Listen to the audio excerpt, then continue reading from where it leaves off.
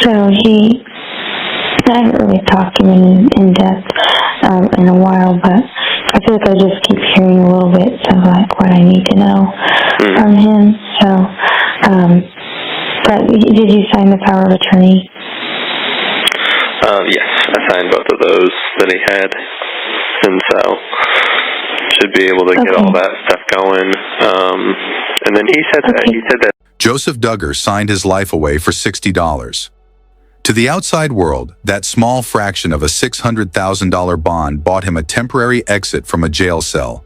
But behind the heavy curtains of the Duggar family compound in Arkansas, it purchased something much darker: total silence. For weeks, the public narrative, carefully manicured by mainstream tabloids, suggested a family in mourning and a wife, Kendra, seeking independence through a separate legal team. But newly leaked jailhouse communications and financial records have shattered that facade, exposing a coordinated, cold-blooded takeover of a family business and a ruthless campaign of retaliation against the very people who dared to report the truth. This investigation explores three haunting questions. Is Kendra Duggar the victim of a high-control cult, or is she the architect of her parents' displacement? Why did a shared family lawyer secretly bridge the gap between Joseph's cell and Kendra's living room? And finally, who is truly being protected as the lights go out on the Caldwell family home? This is the anatomy of a betrayal. To understand the current collapse, we must look at the quiet summer of 2020. In Panama City, Florida, the air was thick with salt and the humidity of a family vacation that, on the surface, appeared idyllic. The Duggars and the Caldwells were more than friends. They were spiritual allies, bound by the rigid patriarchal codes of the IBLP. Normal looked like shared meals, communal prayers, and a hierarchy where the word of the patriarch was law. But beneath that veneer, an incident occurred, an act of alleged depravity involving a 9-year-old girl that would remain buried for 5 years. Then, on the morning of July 15, 2025, the first cracks appeared. Joseph Duggar began a subtle but relentless campaign to isolate Kendra from her parents, Paul and Christina Caldwell. He projected the very accusations leveled against his own family: control, wickedness, and manipulation onto the Caldwells. By February 2026, the situation reached a breaking point. A propane tank exploded at an Airbnb owned by the couple, leading to a heated confrontation between Joseph and a younger Caldwell sister who worked as a cleaner. Terrified and shaken, she finally broke her silence, revealing not just the recent verbal abuse, but the horrific events of 2020. What happened next would change everything. On March 18, 2026, the Washington County Sheriff's Office moved in. Joseph was arrested and subsequently extradited to Florida. Within 48 hours, Kendra herself was facing charges in Arkansas for endangering the welfare of a minor and false imprisonment. By the end of March, the Duggars had swooped in. They didn't just provide a bond, they provided a narrative. On March 31st, Joseph walked out of jail, but he didn't return to the world he left. He returned to a war zone where his wife was now his primary enforcer. At the center of this storm is Kendra Duggar, a woman whose public image has shifted from a soft-spoken, obedient daughter to a sharp, business-minded loyalist.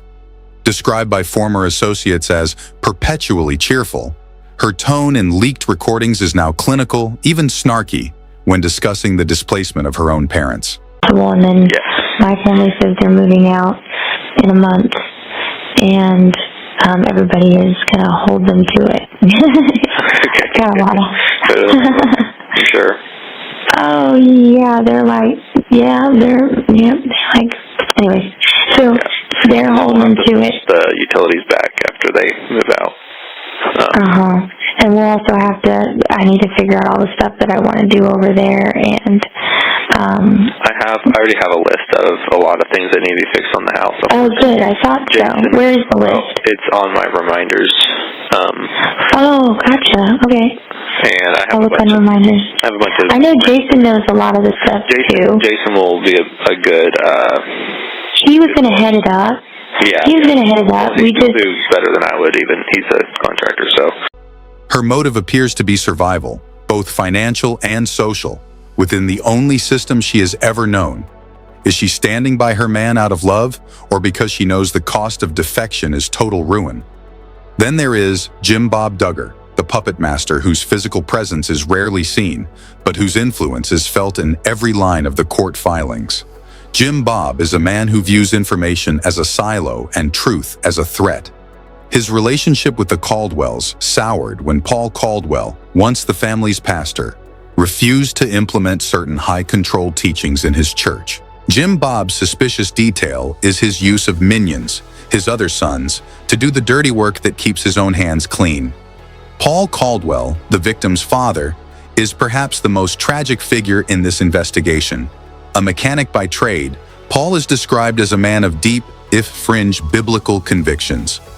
Unlike the Duggars, he believes that crimes against children are a matter for the state, not just the prayer closet.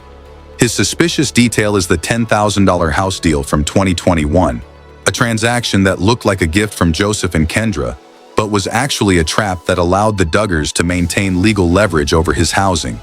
Finally, there is Jed Duggar, the enforcer.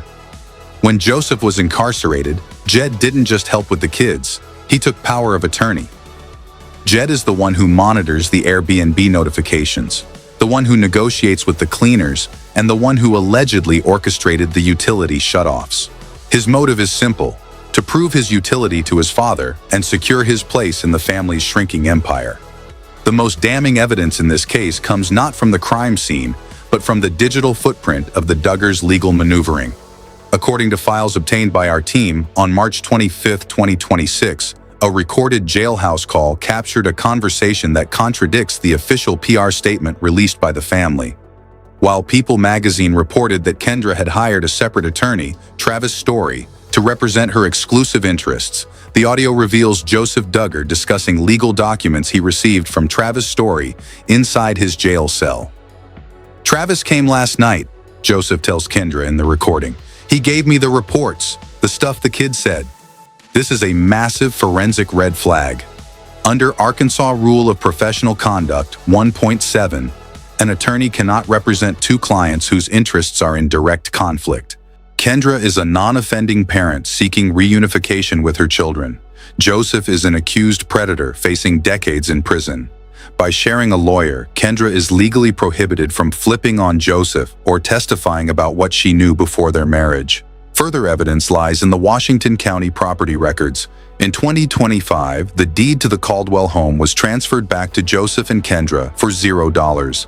This document was the primary weapon used to initiate an illegal eviction.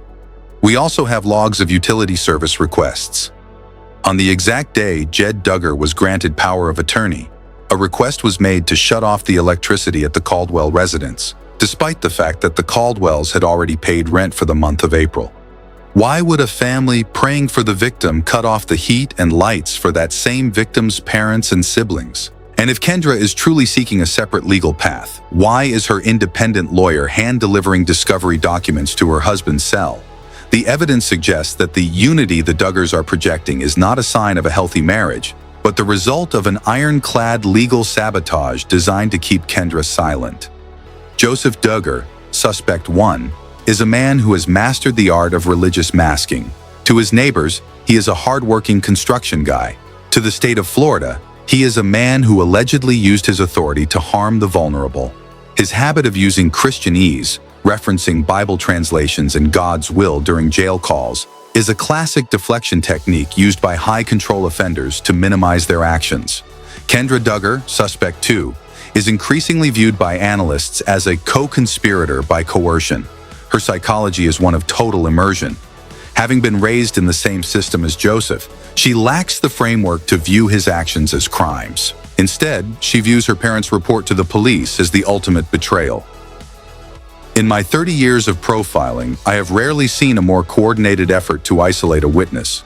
By controlling her housing, her income, and her legal representation, the Duggar family has created a fortress of silence around Kendra. She isn't just standing by her husband. She is being held hostage by a legal strategy that makes her own freedom dependent on his. Robert Van Ness, retired FBI Special Agent, Behavioral Crimes Unit.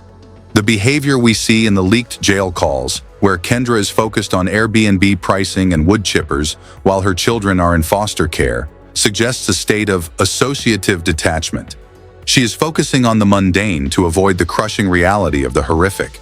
However, her snarky tone toward her parents indicates a deeper psychological shift. She has adopted the us versus them mentality of the cult to protect her own fragile status. Dr. Elena Voss, forensic psychologist, Global Criminal Research. These expert voices add a layer of chilling suspicion. Is the Duggar family's support of Kendra a gesture of love, or is it a strategic investment to ensure she doesn't become the prosecution's star witness? Each quote complicates the picture, suggesting that the Duggars are far more afraid of Kendra's testimony than they are of Joseph's confession. There are two strong competing theories that explain the current state of the Caldwell fracture. The first is the blackmail theory, which Joseph and Jim Bob have attempted to plant in the community. This theory suggests that Paul Caldwell only went to the police because he was being evicted and wanted to use the allegations as leverage to stay in the house for free. This theory is internally logical if one only looks at the financial strain. The distance between the Duggar compound and the Caldwell house is exactly 4.2 miles, a 7-minute drive. Joseph frequently made this trip to check on repairs, which Duggar's claim was his right as a landlord. But if that's true, if Paul Caldwell was just a disgruntled tenant, then why did Joseph admit to the conduct on a recorded police line before the eviction was ever finalized? Blackmail requires a secret. Joseph's confession made the secret public. The second, and more disturbing, is the witness tampering theory. This theory suggests the Duggars knew the investigation was coming and used the property deed as a preemptive strike. By forcing the Caldwells into financial ruin and homelessness, they could discredit them in court as unstable and vengeful. The geography here is key. The Duggars own multiple parcels surrounding the Caldwell home. They have used drones to monitor the property and installed audio-visual equipment under the guise of Airbnb security. How does a man in solitary confinement know exactly what his sas-sasur are doing in their living room? Is it possible that the Duggars have been spying on the witnesses to stay one step ahead of the prosecution? Theory 2 feels most disturbing because it suggests that the entire legal system in Washington County is being gamed by a family that believes they are above the law. The jaw-dropping connection that reframes this entire case lies in the power of attorney documents signed in the final days of March. While the world was focused on Joseph's bond, the Duggars were securing the legal right to act as Kendra. This means that Jed Duggar can now sign contracts, access bank accounts, and, most importantly, control the communication channels that DCFS uses to talk to Kendra about her children. The investigation has uncovered that Kendra's secret business takeover isn't actually hers.